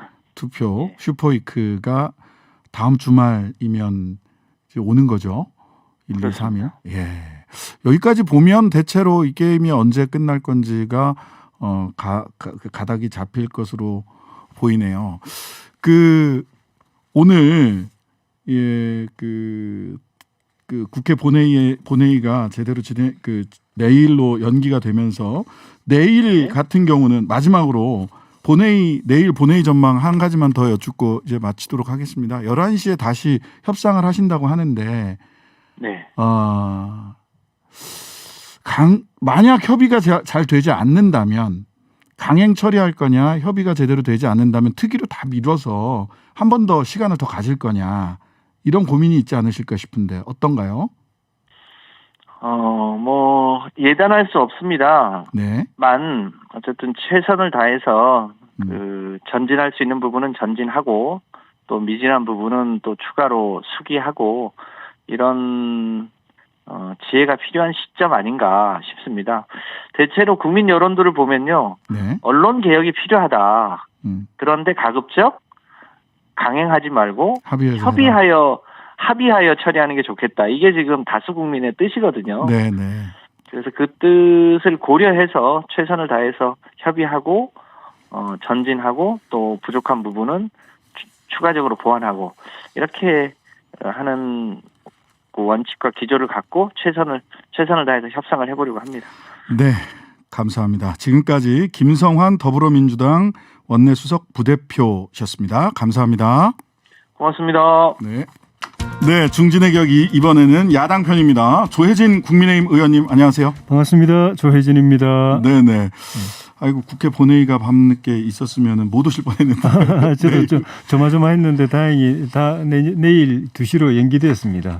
좀 전에 발표됐습니다. 네, 지금 김성환 의원님하고 지금 예. 전화로 통화를 했는데 11시에 협상을 하고 일단 2시로 잡아두고 합의할 수 있는 부분까지는 합의를 해서 처리를 하되 미진한 과제는 뭐 특위 등을 만들어서 조금 더 논의하겠다라는 취지로 얘기를 하시는데 국민의힘 내부에서도 지금 그런 부분까지는 지금 제가 지금 요약한 부분까지는 다 합의가 된 건가요? 이건 어쨌든 간에 민주당 쪽에서 하신 말씀이니까. 그거는 이제 내일 만약 11시에 여야 협상 지도부가 만나가지고 최종 결론이 나오면은 의총이 소집될 겁니다. 네네. 그래서 우리 의원들께 설명하고 최종 추인받는 과정이 있을 텐데 저희는 우리 협상 지도부의 권한을 많이 위임한 상황이기 때문에 거기서 만약 합의에 오면은 웬만해서는 그냥 추인이 될 가능성이 제가 볼 때는 많아 보이고 네네. 이어서 본회의가 정상적으로 열릴 가능성이 많아 보이고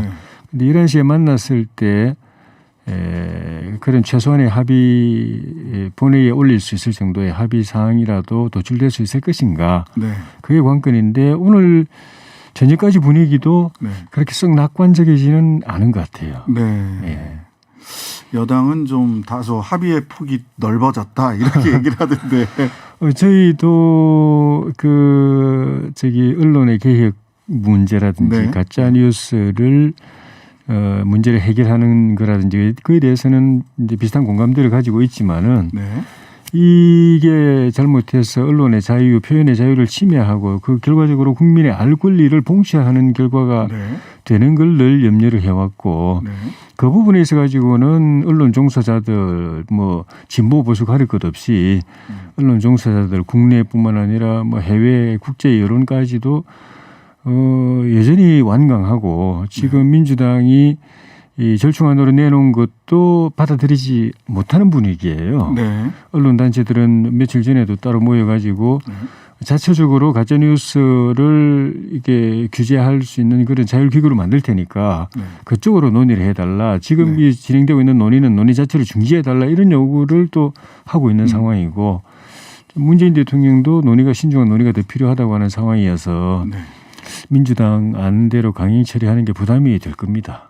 강행 처리했으면 좋겠죠. 아니요. 제가 보기에는 뭐 예상컨대 강행 처리를 하기는 쉽지 않아 보이는데. 안 할 거예요. 부담이 클 겁니다. 지금 이게 이제 이재명 대장동 의혹에서 화천대유 국민의힘 의혹 아니냐로 이제 이게 어느 쪽으로 이게 부채도사가 어느 쪽으로 부채가 넘어질지 모르는 상황이라서 굳이 그 전선을 흐트릴 필요가 있을까 민주당 쪽에서 그렇게 생각하지 않을까 하는 생각이 드는데 자 화천대유 얘기를 사실은 뭐 토론회 얘기를 먼저 여쭤보려고 했었는데 화천대유 얘기를 먼저 여쭤보겠습니다. 말이 나왔으니까. 자 지금 양쪽 화력이 집중되는 부분 곽상도 의원 아드님 관련된 얘기예요. 50억이 퇴직금이라고 얘기를 하셨다가 산재 위로금이라고 얘기를 했다가 또 뭐 성과급이다. 그걸 다 합친다고 한들 50억이 적정하냐. 어떻게 보십니까? 적정하지 않죠. 상식에 안 맞죠. 이해가 안 되는 어마어마한 금액이죠. 물론 이제 화천대유에서 터뜨린 대박 그런 이제 이재명 후보가 그동안에 또 민주당이 그동안에 이야기해온 개념대로 하면은 이건 완전 불로소득 규모가 자체가 어마어마하기 때문에 이번에 그 50억을 퇴직금이든 위로금이든 뭐 했던 명목으로 받았다는 걸 보고서 그 자체도 상식적으로 우리가 정서적으로 용납이 안 되지만 얼마나 이 화천대유에서 불로소득 그냥 앉아서 이렇게 먹고 떨어진 이게 규모가 크길래 이 대리급한테 50억을 주나 하는 그런 걸 다시 한번 확인하게 되는 결과가 되는 것 같아요. 근데 이제 모든 대리한테 그렇게 돈이 갔겠느냐. 그러진 않았겠죠. 보니까 기사를 보니까 어떤 사람은 뭐 1억 얼마, 어떤 사람은 뭐 2억 3억 이렇게 해도 되니까 다 그렇게 갔지는 않았겠죠. 근데 어쨌든 뭐 한 명이든 또는 뭐 한 명이 아닐 그 가능성이 이제 많아 보이는데 그리고 그에 대해서 공개를 안 하는 거 보면 더더욱더 의심이 가는데 몇 명이든 간에 그런 비정상적인 돈, 뭐 1억도 아니고 50억을 그냥 줄 수 있는 정도 덜컥 이렇게 던져줄 수 있을 정도면 그 동네에서 돈이 얼마나 굴러다녔을까. 그냥 눈먼 돈이 얼마나 굴러다녔을까. 그 돈이 어떻게 해서 생겨났을까. 누가 그렇게 설계를 했을까. 이재명 지사는 자기가 그 설계했다고 이야기를 하시던데 그 과정이 다 소상하게 밝혀지지 않으면은 저는 이거는 두고 민주당이나 이재명 지사한테 큰 악재로 될 것 같아요. 그 곽상도 의원이 어제 긴급 최고위원회 하는 중간에 탈당계를 대구시당에 제출을 했다. 탈당계는 뭐 도달하면 그냥 바로 효력이 발생하니까 정당법상 그러면 국민의힘에서는 더 이상 어떻게 조치를 할 수 있는 방안이 없는 거죠? 그렇죠. 우리 당이 징계를 할 수 있는 게 뭐 경고나 당원권 정지나 또 탈당 권유 네. 또는 제명이 네. 강제 탈당이죠. 네네. 이런 것들인데 제일 강한 게 이제 제명이거든요.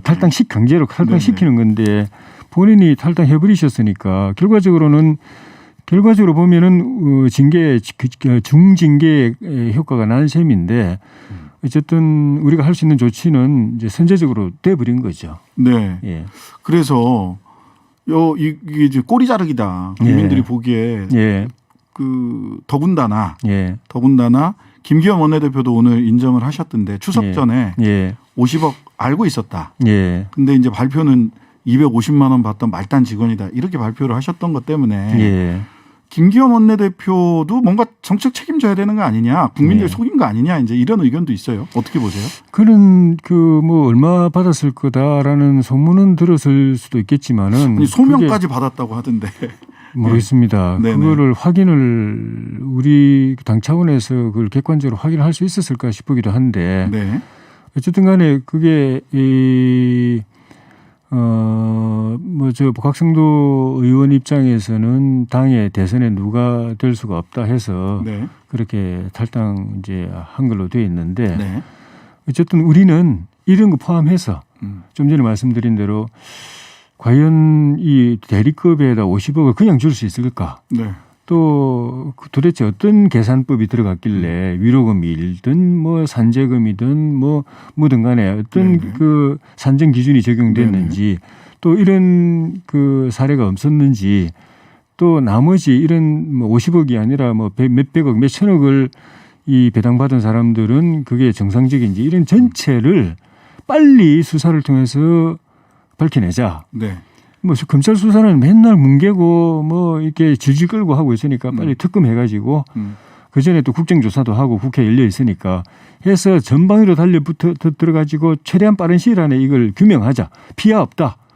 더구나 민주당에서 또 이재명 지사가 이거는 국민의힘 게이트라고 딱 명명을 했으니까 좋다. 국민의힘 관련된 분들도 다 조사하자. 네. 그런데 민주당에서 이재명 지사가 이건 특검을 절대 못 받겠다고 이야기하니까 네. 도대체 진범이 누구냐.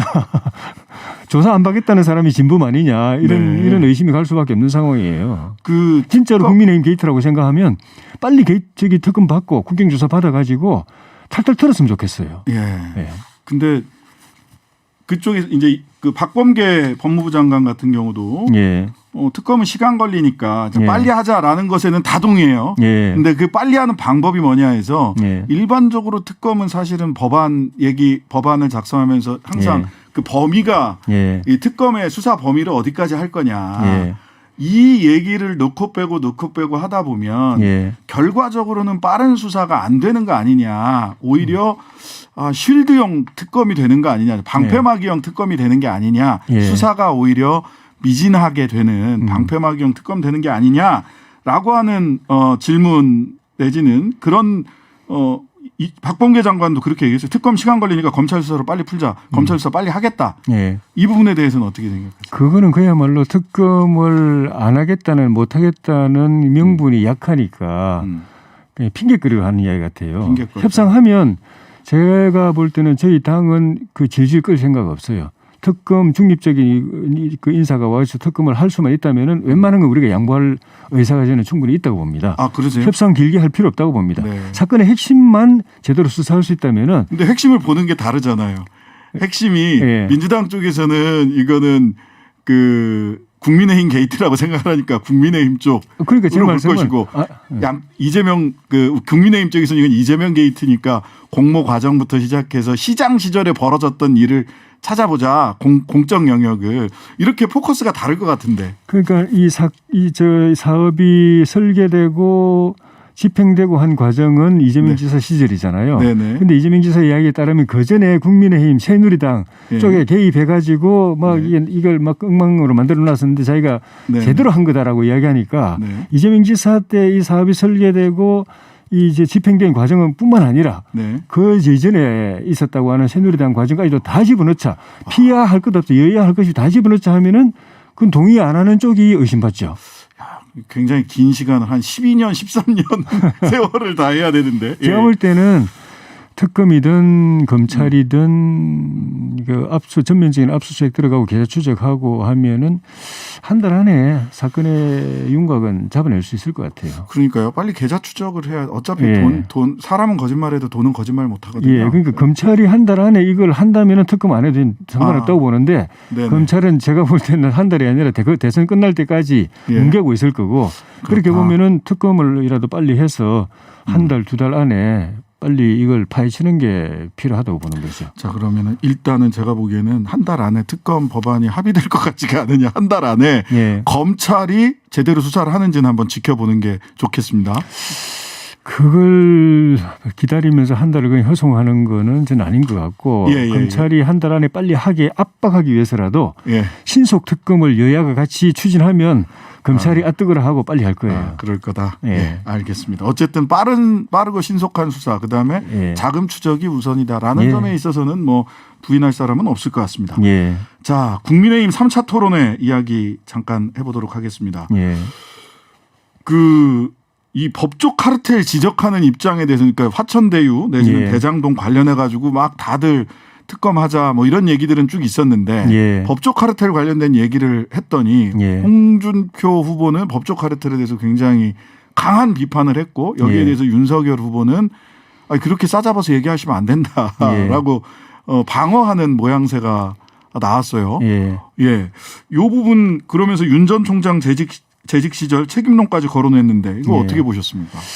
이 화천대유의 명색이 전직 검찰총장, 대법관, 검사장 이런 사람들 특검까지 대한민국 웬만한 국민들은 다 알만한 분들이 다 의심을 사고 있는 지금은 사건이 일루됐다고 말할 단계는 아닌데 의심을 사고 있는 그런 걸 보고서 국민들이 저도 개인적으로 도대체 이게 뭐야 이런 실망감이 드니까 국민들은 오죽하겠습니까?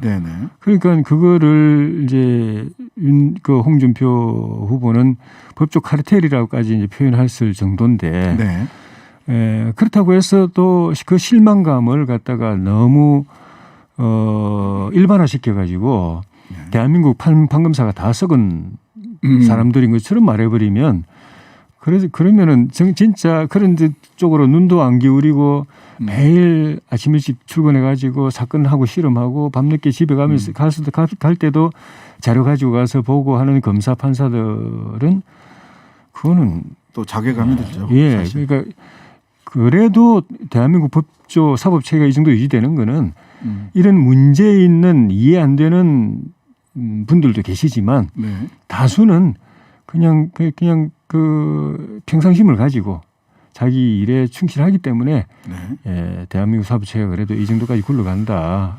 그렇게 봐야 될 것 같습니다.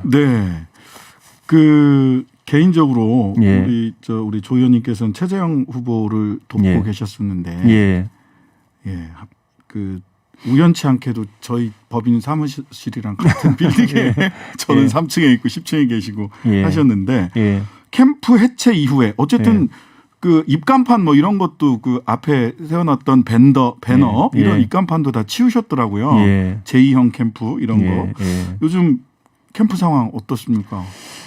저희 같이 현역 의원들은 국회 일이 있기 때문에 거기에 상주에서 일을 할 수는 없는 상황이니까 왔다 갔다 일을 했었고 캠프 해체에 실질적인 그 영향을 미치는 분들은 거기 매일 출근해서 상주하면서 일을 했던 분들, 그분들은 대부분 다 이제 일을 그만둔 상태고, 그렇더라도 이 대선 선거운동을 후보 혼자 할 수는 없는 거기 때문에 최소한의 인력은 필요하지 않습니까?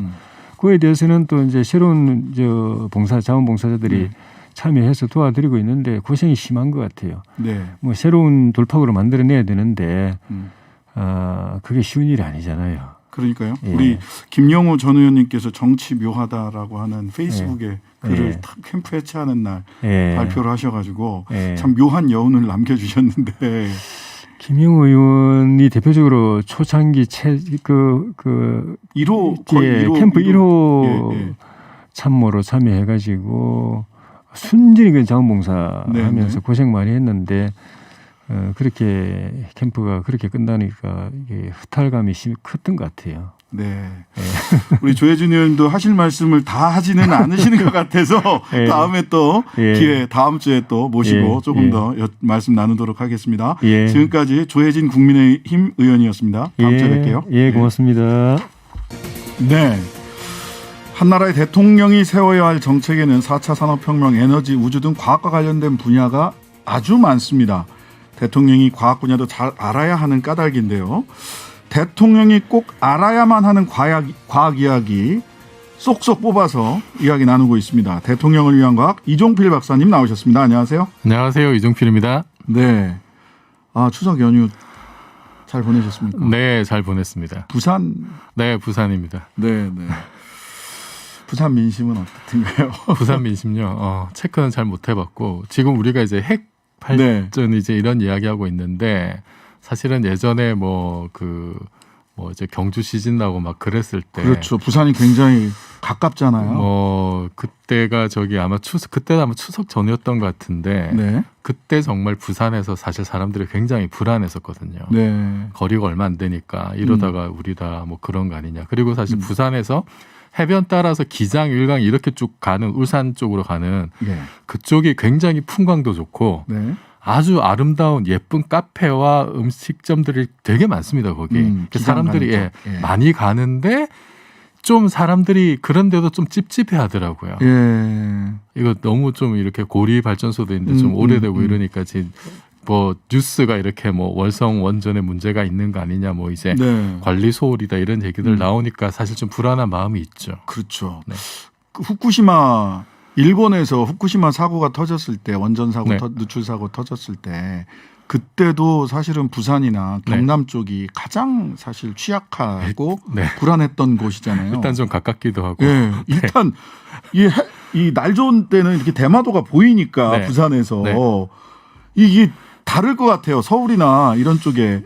그래서 이 후쿠시마 원전 사고 요거부터 좀 한번 정리를 해서 말씀을 좀 해주시죠. 네, 일단 후쿠시마에는 이제 제1원전하고 제2원전이 있는데요. 제1원전에 이제 원전이 6개가 있었는데 이게 이제 1, 3호기가 가동 중에 1, 2, 3호기가 가동 중이었고 4, 5, 6은 이제 뭐 공사 보수 이런 상황이었어요. 2011년 3월 11일 날 이제 그 동일본 대지진이 났죠. 그렇죠. 그리고 그때 지진이 나면은 이제 그 제1원전, 제2원전 마찬가지입니다. 지진이 나면은 바로 원전 가동이 중단이 돼요. 원전 가동이 중단이 된다는 건 뭐냐면은 핵 분열을 못하게 하는 겁니다. 그 이제 제어봉이라고 들어보셨을 텐데 그게 들어가면 핵 분열이 일어나잖아요. 이제 핵 분열은 중성자를 이용해서 사실 좀 외부에서 어떻게 보면 핵 반응을 이용해서 원자핵을 쪼개서 거기서 나오는 에너지를 이제 이용하는 건데 그것이 일어나지 않게 하는 겁니다. 그거는 뭐 지진이나 이런 여러 사고가 발생하면 자동적으로 작동하게 돼 있어요. 그래서 그런 핵 분열은 일어나지 않았는데 그런데 그렇다고 하더라도 그럼 그걸로 끝이냐? 그게 아니라 핵연료 자체가 이렇게 자체적으로 이렇게 방사선 붕괴를 합니다. 그때 나오는 열이 있어요. 붕괴열이라고 하는데 그 뭐 잔열이라고 그 열이 전체 그 핵연료에서 나오는 에너지 한 7% 내외 정도 됩니다. 그 적은 게 아닌데. 그러니까 이건 어쩔 수가 없는 거예요. 그냥 자발적으로 그냥 이게 붕괴하는 거니까. 스스로 우리가 제어할 수 없다는 거죠. 제어할 수 없는 거예요. 그러니까 이거는 예를 들어서 우리가 석탄 같은 거는 불을 붙였다가 끄면 끝이잖아요. 그렇죠. 물 부서 뭐 핵발전은 그게 안 된다는 거예요. 잔열이 남아 있다는 겁니다. 항상. 그래서 핵발전소에서는 항상 그 열을 식혀줘야 돼요. 식혀주려면은 뭐 물을 돌려야 되는데 전기가 필요한 거죠. 그렇죠. 그런데 이때 이제 발전기가 돌아가서 원전 자체 전력은 이제 차단이 된 거니까 발전기가 돌아가서 이제 냉각을 하는데 문제는 뭐냐면 쓰나미가 왔잖아요. 쓰나미 15m짜리 쓰나미가 이제 두 차례 걸쳐서 와가지고 그러니까 디젤 엔진도 서버린 거 아니야? 그러면 그 발전기가 이제 침수가 된 거죠. 발전기가 침수되고 보통은 이제 자체 전력을 쓰기도 하고 외부 송전 시설이 있습니다. 근데 그것도 지진이나 이런 걸로 다 끊기고 수몰이 돼버리고. 그러니까 외부에서는 전력이 차단되고 자체에 가지고 있는 자가 발전기가 침수가 돼버리고 예. 그리고 이제 그러면은 또 어떤 방안이 있냐면은 이게 여러 겹으로 그걸 해놨어요. 네네. 플랜 B, C, D가 있습니다. 그래야겠죠. 그 다음 방안이 뭐냐면 이제 발전 차량이 있습니다. 아, 도쿄 전력이나 이런 데서 이제 정말 긴급할 때 투입하려고 발전차를 투입을 해야 되는데 그 난리통에 쓰나미에 어떻게 차가 와요? 교통체증으로 교통체증으로 좀 늦게 도착하게 됐고 도착을 했는데 플러그가 안 맞아서 이건 또 뭡니까? 그리고 233 이게 코드가 돼지코냐 뭐 이 3개짜리냐 이게 코드가 잘 안 말을 하자면 코드가 잘 안 맞고 뭐 전력 케이블이 짧고 그런저런 이유로 발전 차량이 뭐 도착은 했는데 아니 이거는 이 비극적인 상황에서 무슨 코미디 같은 상황입니다. 그러니까요. 그 발전소의 전력 시스템하고 연결이 안 됐다 그래요. 그리고 이제 그래서 모든 그 교류 전원이 다 나가고 그러면 정말 그 비상용으로 가지고 있던 자체 그 배터리가 있었습니다. 배터리. 네, 직류. 네, 배터리가 있었는데 그것도 뭐 대부분 다 침수되고. 그래서 자가 디젤 발전기 중에 아마 한 대 정도는 이렇게 좀 높은 곳에 있어가지고 네네. 걔는 어떻게 뭐 5호기, 뭐 6호기 이렇게 좀 돌렸는데 배터리도 한두 개 살아남아서 그런데 이제 대부분은 다 그냥 꺼져버린 거죠. 네. 그래서 원전 제1원전 전체가 그냥 블랙아웃이 돼버린 겁니다. 그러면 완전 이제 정전 상태. 7~8%의 그 스스로 붕괴해서 그러면은 어떻게 되냐면은 그 열이 계속 나는 거죠. 그렇죠. 그 열을 끌 수가 없는 거예요. 그러면은 이게 한 1000도, 2000도까지 올라갑니다. 그럼 그 안에 뭐 원래 냉각수 같은 게 있다 하더라도 뭐 다 끌어 넘치고 그럼 이제 온도가 계속 올라가는 거죠. 네네네.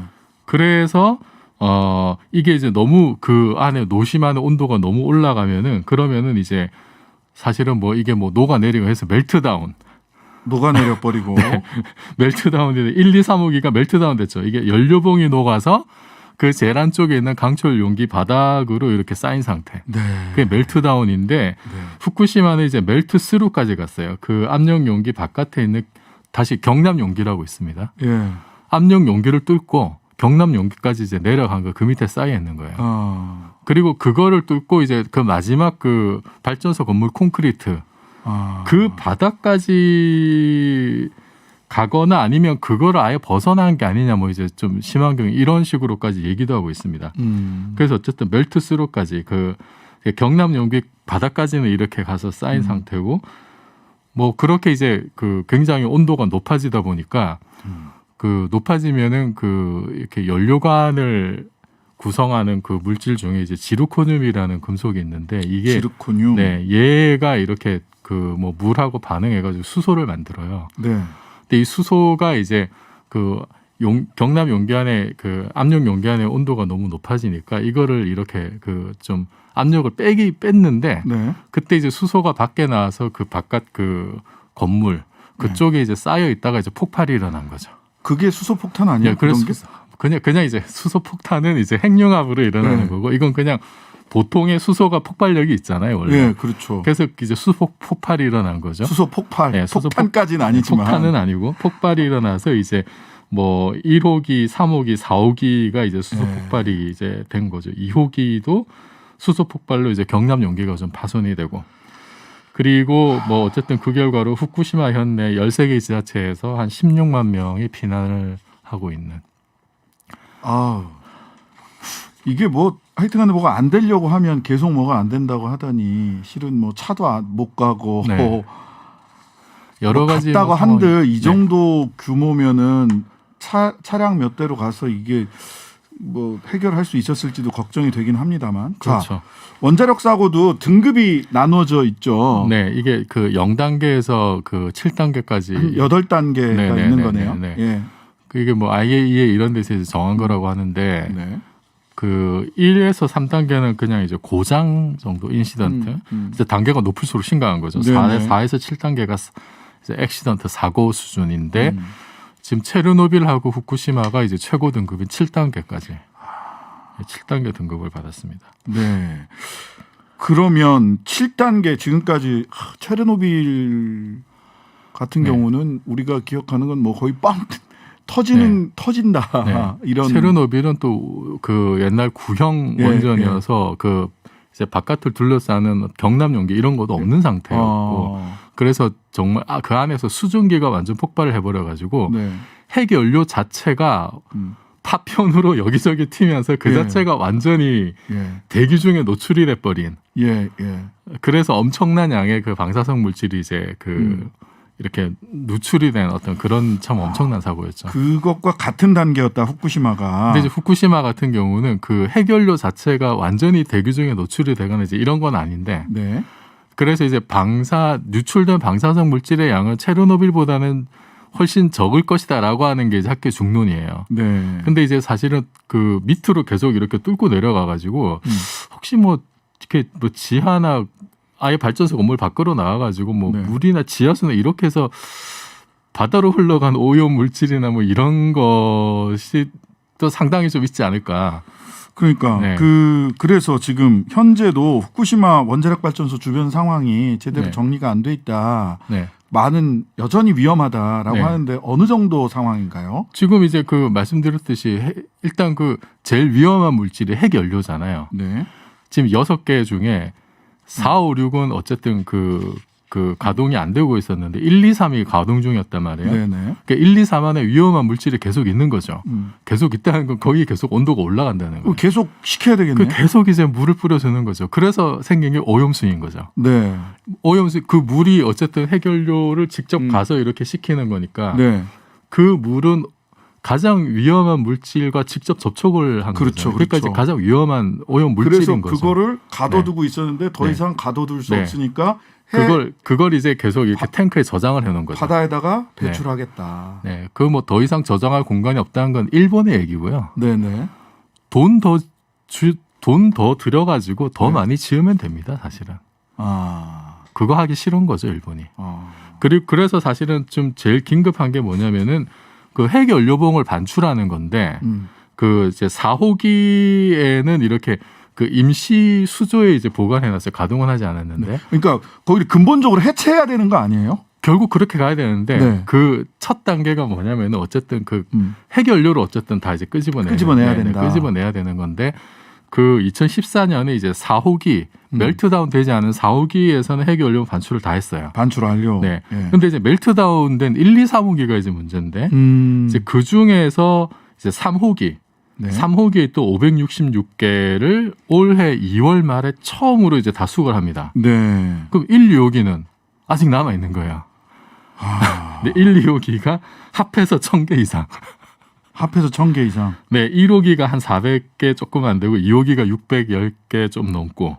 아니 저는 그럼 이 작업하러 들어가는 사람들은 방사능에 피폭될 가능성이 너무 큰 거 아닙니까? 그러니까 이제 그 초반에는 사고 난 직후에는 그래서 이제 뭐 정말 뭐 그런 자원자 뭐 중심을 아마 받았던 것 같아요.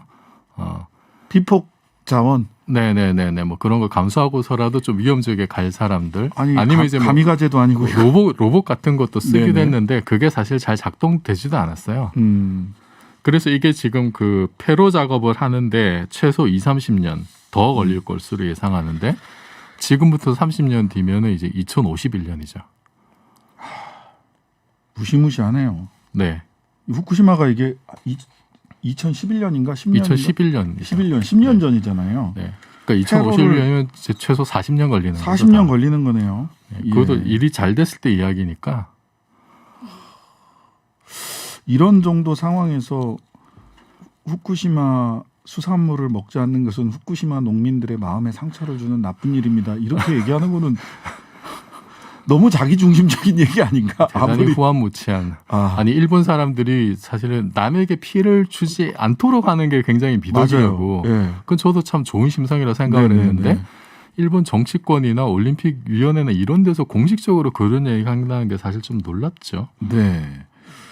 근데 이제 추석 연휴련에서 좀 묻히긴 했는데 추석 직전에 후쿠시마 관련해서 1시간 만에 사망, 후쿠시마 원전 뚜껑에서 치명적 방사선 확인, 뭐 이런 무시무시한 제목들이 붙은 기사들이 나왔어요. 이게 이제 무슨 얘기입니까? 이제 보니까 2호기에 이제 그 경납 용기가 있는데 압력 용기 그거가 경납 용기가 있는데 그 이제 상황이 어떤지 이렇게 구멍을 조그맣게 뚫어가지고 이제 확인을 해보는데 이제 깊이 7cm 이게 그 원래 덮개 두께가 한 60cm인가 그 정도 되는 건데 깊이 한 7cm 정도 뚫어가지고 상황을 이제 확인을 하는데 4cm 지점에서 예상보다 오염이 좀 심각하다.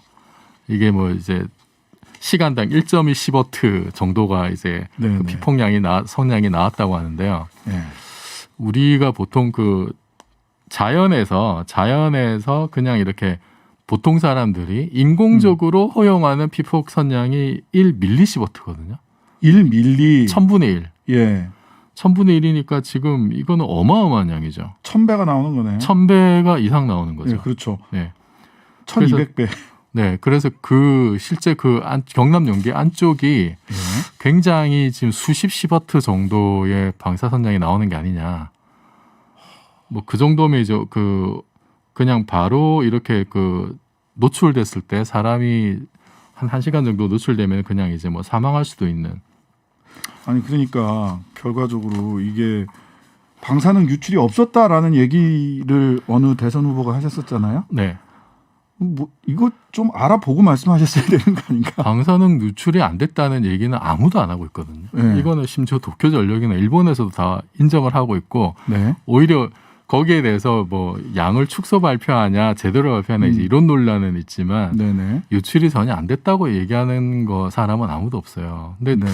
저는 지금 이 사안을 굉장히 좀 심각하게 봐야 되는 게 네. 만약에 비슷한 일이 앞으로 인근 국가나 네. 국내에서 생겼을 때 네.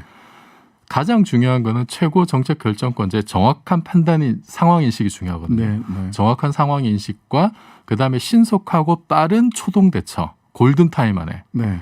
그러지 않으면 돌이킬 수 없는 상황까지 갈 수가 있습니다. 네. 그래서 저는 뭐 예를 들어서 청약 통장 같은 거 몰라도 돼요. 그런데 국가 망하지 않습니다. 네. 그런데 이런 국가 엄청난 중요한 시설에서 어떤 일들이 벌어지는지 이게 뭐 가장 상식적인 과학 기술의 어떤 수준에서 어떤 일들이 벌어지고 네. 있고 그 어떤 조치를 취해야 되는지에 대해서 좀 기본적인 인식이 없다면은 그러면 자칫 잘못하면 정말 국가 위기 상황까지 갈 수가 있는 거죠. 네. 자, 후쿠시마 얘기 쭉 해왔고요. 이게 왜 대통령에게 중요한 것인지까지 말씀드렸습니다. 다음 주에는요. 후쿠시마 원자력 발전 사고 당시에 어떤 일이 있었고 그리고 남아있는 문제들은 뭐고 그다음에 우리가 꼭 기억해야 될 점은 무엇인지에 대해서 다음 주 월요일 날 한 번 더 알아보도록 하겠습니다. 지금까지 이종필 박사님이셨습니다. 감사합니다. 고맙습니다. 네, 아무 짓도 안 하고 돈 벌고 전자레인지 오븐 설치해야 해. 맞춤형 부엌도 필요하고 냉장고도 옮겨야 되고 칼라 TV도 옮겨야 되지. 자, 그렇게 해서는 안 돼. 이렇게 해야 돼. 넌 MTV에서 기타를 치지. 공짜로 버는 돈. 저도 굉장히 좋아하는 노래인데요. 다이어 스트레이츠의 Money for Nothing의 가사 일부였습니다. 이 노래가 무척이나 생각나는 하루였습니다. 지금까지 신장식의 신장개업이었습니다.